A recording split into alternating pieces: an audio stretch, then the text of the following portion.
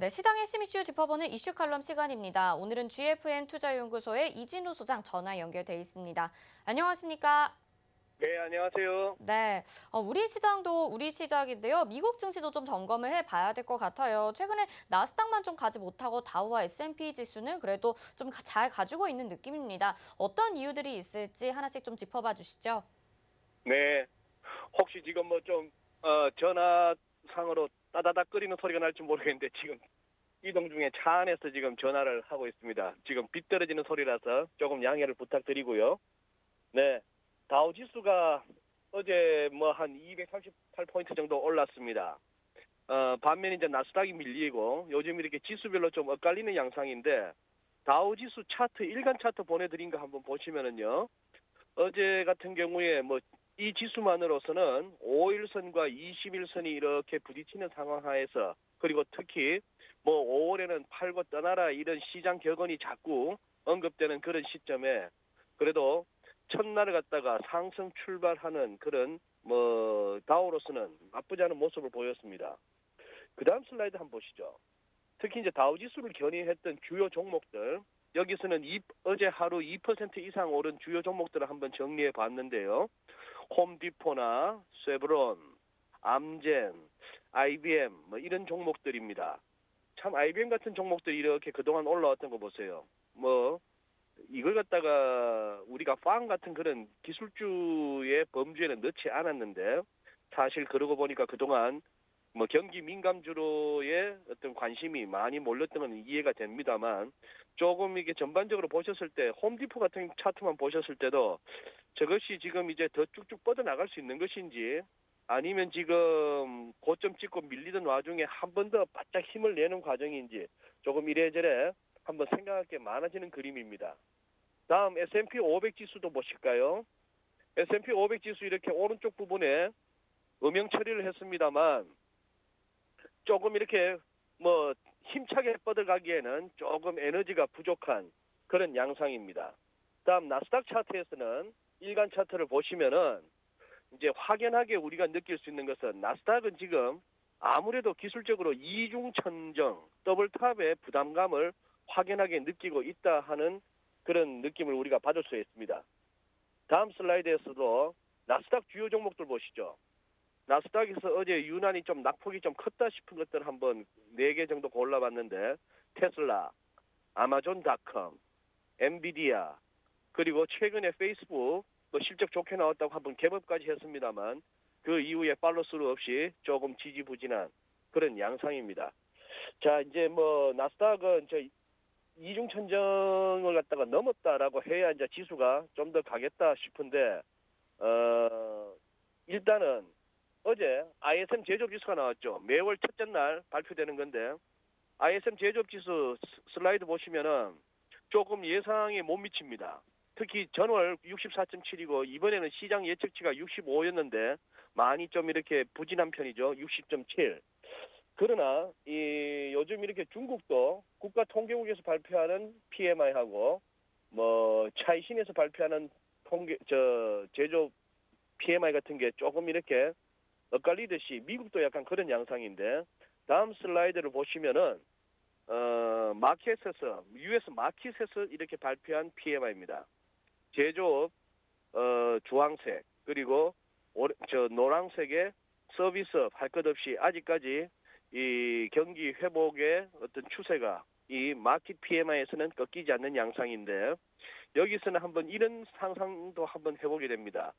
중간에 푹 꺼졌던 작년 팬데믹 상황에서의 푹 꺼졌던 저 PMI 지표 저것이 이렇게 올라오고 있는 모습에서 보시면은 뭐 나스닥보다도 다우나 S&P 500에서 약간 지수 흐름과 비슷하다는 느낌을 받으실 수 있을 겁니다.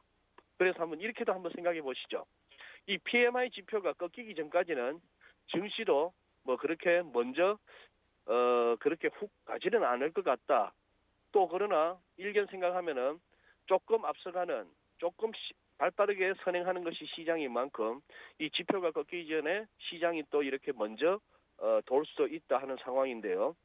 조금 이제 애매합니다. 애매한데 궁금한 거는 이래저래 이따가 다시 한번 뭐 언급할 것 같습니다만 이번 주 주말에 발표되는 고용 지표가 여느 때보다 좀 중요한 그런 5월이 되고 있습니다. 네, 아무래도 경기 회복에 대한 시그널들이 계속 나오다 보니까 종목들도 경기 민감주가 조금 더 많이 상승하는 것 같은 흐름 볼 수가 있었습니다. 근데 이제 말씀 중에 테슬라도 말씀을 해주셨는데 테슬라가 어제 좀 많이 하락을 했어요. 우리 국내 시장에 개인 투자자분들도 많이 들어가 있는 종목인데 유난히 테슬라가 밀렸던 이유 어떤 다른 이유가 있을까요? 어제는 테슬라가 생각보다 많이 밀렸고 또 저 뭡니까? 지난주 금요일 날은 나스닥이 빠지는 와중에 테슬라 혼자 올랐어요. 그죠? 그래서 지금은 묘하게 됐습니다. 이 비트코인하고 같이 운명을 같이 하는 그런 종목이 되어버렸어요. 뭐 그렇게 된 거는 일론 머스크 그 테슬라의 CEO가 그렇게 만든 경향도 없지 않아 있습니다만 일단 테슬라 주가 보실까요? 주가를 갖다가 위클리로 한번 살펴봅니다. 주간 차트로 살펴봅니다만 자 자주 말씀드리죠. 엘리어트 파동 이론에서 이른바 리트레이스먼트, 피보나치 리트레이스먼트 레벨이라고 해서 어떤 하락이든 상승이든 한번 파동이 끝나고 돌아서면은 거기에 대해서 기존 하락이나 상승에 대해서 38.2, 50, 61.8% 여기까지 잘 가더라 하는 경향을 우리가 선을 껐습니다. 어지간한 HTS에 다 이런 기능이 있죠. 그런데 개별 종목에 대해서도 이런 식의 접근은 그다지 바람직하지는 않습니다만 그래도 테슬라는 워낙에 많은 사람들이 또 많은 돈이 들어와 있는 종목이라서 뭐 한번 이렇게 이 피보나치를 한번 그어 본다면은 900불 찍고 나서 지난번에 500불대 초반까지 밀렸다가 이번에 반등하면서 말이죠. 다시 700불을 슬쩍 올라섰는데 이게 사실은 그동안 900불에서의 하락 파동에 대한 61.8%입니다. 그래서 지금은 기술적으로만 접근하자면은 최근에 이 테슬라의 상승은 그동안 900불에서부터 떨어졌던 것에 대한 기술적 반등이었다고 봐야 되는 그런 상황이죠. 즉 이번에 봤던 이거 최근에 봤던 한 그 760불, 70불 그 정도를 훅 올라서 줘야만이 다시 전고점 사상 최고치 900불을 트라이할 수 있는 그런 상황이에요. 그리고 이 차트에서 주목하실 것은 후행 스팬입니다.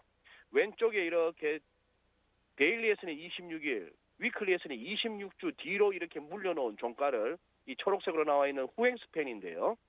여기서 지금 이제 더 밀리는 경우에 이 테슬라의 주가가 더 밀리면 후행 스팬도 따라 내려오면서 저 가격대를 하고 부딪히는 상황이 올 겁니다. 머지않아 보이는데 2주 내, 2, 3주 내로 그런 상황이 올 것 같은데 거기서 더 밀리지 않고 주가가 반등을 해줘야만이 이 테슬라 종목으로서는 좀 더 그 다음을 기대할 수 있습니다. 만약 가격대를 갖다가 뚫고 후행 스팬이 내려오는 상황까지 가격이 급락이 온다면은 이 종목은 굉장히 타격을 받을 수 있다라고 염두에 두셔야 합니다. 자, 비트코인 보세요. 이 비트코인하고 도지코인 가지고 지금 뭐 열심히 투자 뛰고 있죠. 일론 머스크가. 지난번에 1분기 실적 발표할 때 그나마 테슬라에서 회사 차원에서 들고 있던 거 한 10% 정도 안 팔았더라면은 그런 어떤 뭐 순이익이 나오기도 힘들었다는 건데 비트코인 가격 저기다가 지금 제가 이런저런 선을 끊어놓은 거는 이해하실 겁니다. 우상향하는 점선 저거 2월 초부터의 추세선이었는데 저거 깨지고 나니까 그 선을 잘 못 올랐었고 그 와중에 검은색 선으로 이렇게 형성되고 있는 상승 쐐기형 기술적 분석에서 굉장히 중요한 패턴 저 상승 쐐기형의 하단이 깨지면서 급락이 왔었고 자 이번에 반등을 해서 다시 58,000불도 올라섰습니다만 지금 현재 56,000불대로 또 밀려왔죠. 그 다음 슬라이드 보십시오. 이거 1시간짜리 60분 차트로 비트코인을 보고 있습니다. 자 여러분들 보시기에 이것이 지난번 47,000불 근처에서 이게 땅바닥 찍고 이젠 다시 계속 올라가자는 그림인지 이른바 지금 급락 이후에 반등 나오다가 다시 힘이 빠지고 있는 상황인지를 한번 보시죠. 차트 잘 맞는 코인 시장이라고 하니까 여기도 한번 리트레이스먼트 레벨을 한번 적용해 본다면은 900불에서부터 900불이랍니다. 죄송합니다. 6만 그때 6만 5천 불 근처 거기서부터 밀려가지고 이번에 돌아섰던 한 5만 8천 불대 초반까지는 이른바 한 61.8%의 조정이었습니다. 그걸 갖다가 조금 기술적으로 짚어지는 레벨보다 어제 조금 더 오버슈팅하면서 올라는 갔습니다만 그 위에서 머물지 못하고 다시 이렇게 밀린다는 얘기는 이 시장은 조금 이제 향후 혼전이 예상된다는 얘기죠. 그다음 이더리움만 보십시오. 요새 비트코인보다 더 좋다는 시장이죠. 더 좋은데 야, 잘 간다라고 보기보다도 일단 이렇게 생각하셔야 됩니다. 코인 하시는 분들이 많으신데 일단 추세가 쭉쭉쭉 올라갈 때까지는 어디까지 올라갈지를 가늠할 수 없지만 이것이 대차게 한번 꺾인 이후에는 그때부터는 기술적인 접근이 필요합니다. 그때는 패턴도 살피셔야 되고 이른바 피보나치도 그어보시면서 어디까지 밀릴 수 있을까를 봐야 되니까 이더리움도 이러다가 이제 한번 급락이 나온 이후가 이제 어려워지는 국면이죠. 꺾이기 전까지는 계속 뭐 달라붙을지는 모르겠습니다. 그다음 도지코인 보십시오. 도지코인도 지금 이제 결국 뭐냐? 여기서 결국은 쌍봉으로 끝나느냐? 아니면 한 45센트 정도를 통과해서 결국 계속 가자. 진짜 달나라로 화성으로 가는 코인이 될지 한번 보시죠. 거기에 지금 지난 4월 28일 날 머스크가 더 도지 파더 자기 자신을 지칭하는 것 같습니다. 자기가 도지코인의 아버지다 뭐 그런 뜻인지는 모르겠습니다만 거기다가 SNL 메이 8 이 얘기는 오는 저 토요일 날 MBC 방송에 Saturday Night Live라고 하는 SNL 그 프로에 자기가 진행자로 출연한다고 저렇게 광고를 갖다가 트윗을 통해서 몇 번을 얘기하고 있습니다.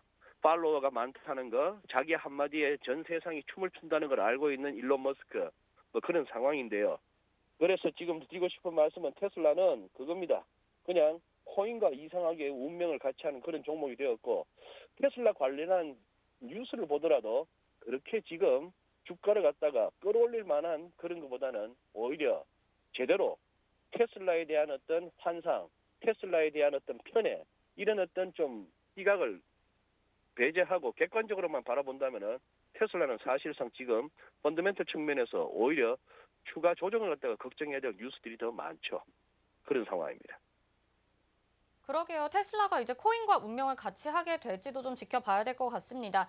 이런 가운데 이 댈러스 연은 총재가 테이퍼링을 연준 이제 빨리 준비를 해야 될 때다 이렇게 언급을 했는데요. 이 부분에 대해서는 어떻게 보시나요? 그러니까요.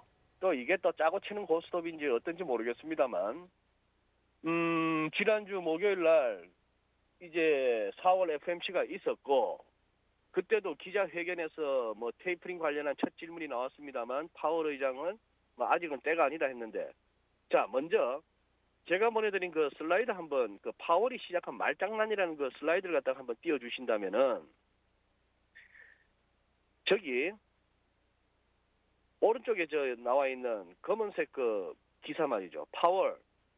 We're not even thinking about raising rates. 이 뭔 소린가 싶죠? 작년 10월 달에 했는 말입니다. 우리는 raising rates니까 금리 인상을 갖다가 생각하는 것. 금리 인상을 생각하는 것조차 생각지 않고 있다. 이 표현입니다. 참 말을 갖다 저렇게 했어요. 파월이. 우리는 금리 인상 생각 안 한다가 아니고 금리 인상을 생각하는 것조차도 생각하지 않는다. 이렇게 얘기를 했습니다. 저 말을 그 이후에도 기회 있을 때마다 이렇게 했는데 이번 지난 4월 FMC 지난주 목요일 새벽에 우리 시간으로 기자의 첫 질문이 그거였습니다. 이제 테이퍼링에 대해 말하는 것을 시작할 때가 되지 않았습니까? 이 기자가 어떻게 보면은 파월의 이러한 말장난에 대해서 나름대로 뭐 대응을 했다고 할 수 있죠. Talking about tapering 뭐 이런 식으로 질문을 한 겁니다.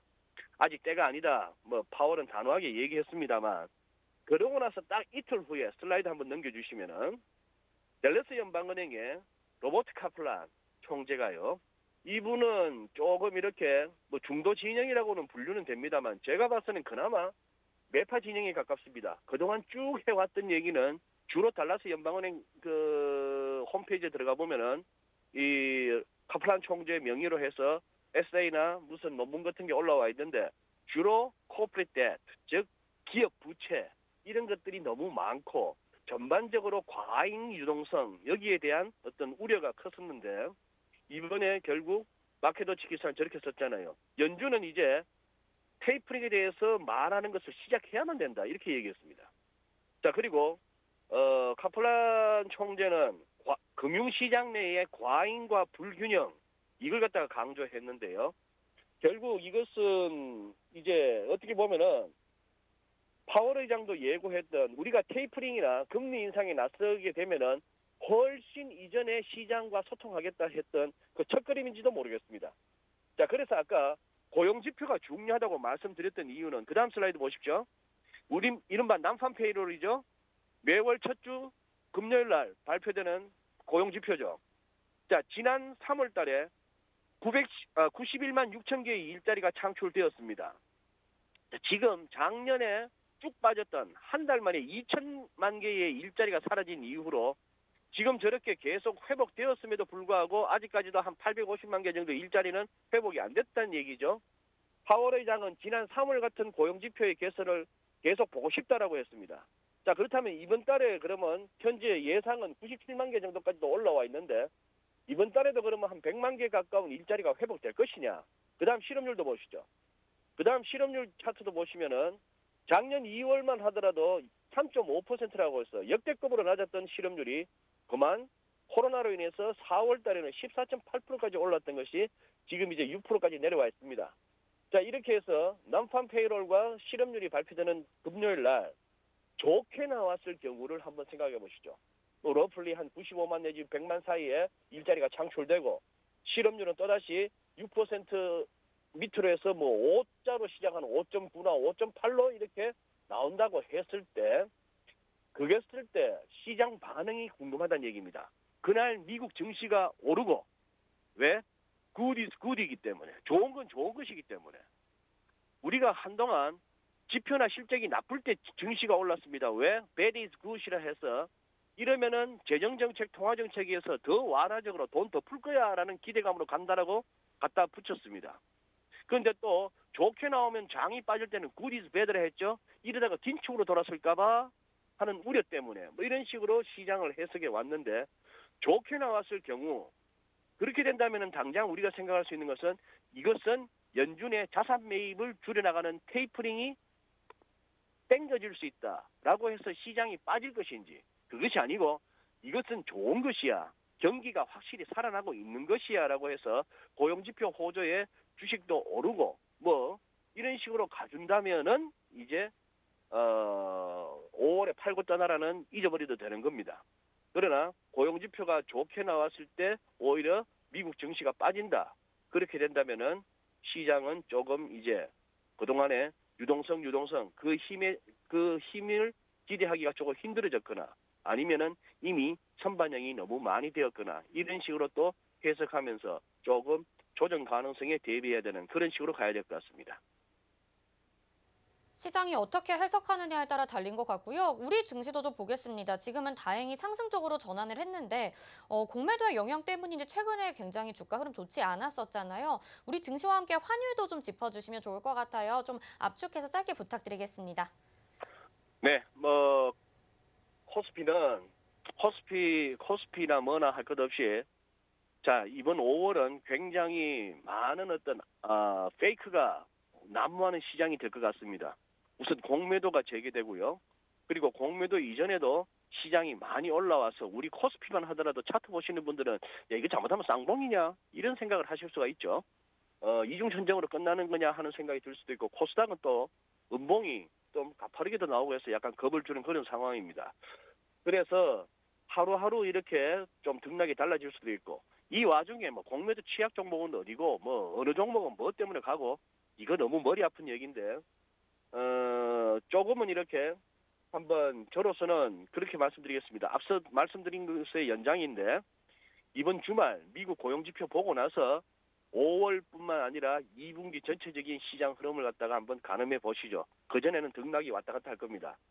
그 다음에는 달러 얘기인데 자 반박하기 힘든 달러 약세 전망의 이유와 배경 이 슬라이드 한번 보시고 다음 주에 이 부분을 조금 더 깊이 있게 다루고 싶습니다. 무슨 말씀인가 하면은 지금 딜러들 사이에서는 미국의 재정 적자, 무역 수지 적자 이거 봐라 이른바 쌍둥이 적자 봐라 달러 약세 가야 돼. 연준은 너무 완화적이야. 달러 약세 가야 돼. 실질금리도 낮아. 그리고 미국으로만 몰리던 자금이 유럽으로도 갈 만한 상황이 됐어. 그리고 시장 포지션도 아직 롱이야. 그런 셈에도 불구하고 어쨌거나 달러가 돌고 있다는 얘기입니다. 이 현실을 갖다가 직시해야 되는데 선진국 통화든 이머징 통화 등 달러가 강해지고 있는 것. 요 부분 일단 시장은 달러가 강하게 돌고 있다. 이걸 갖다 염두에 두시고 요 부분은 다음 주에 조금 더 제가 깊이 있게 다루도록 하겠습니다.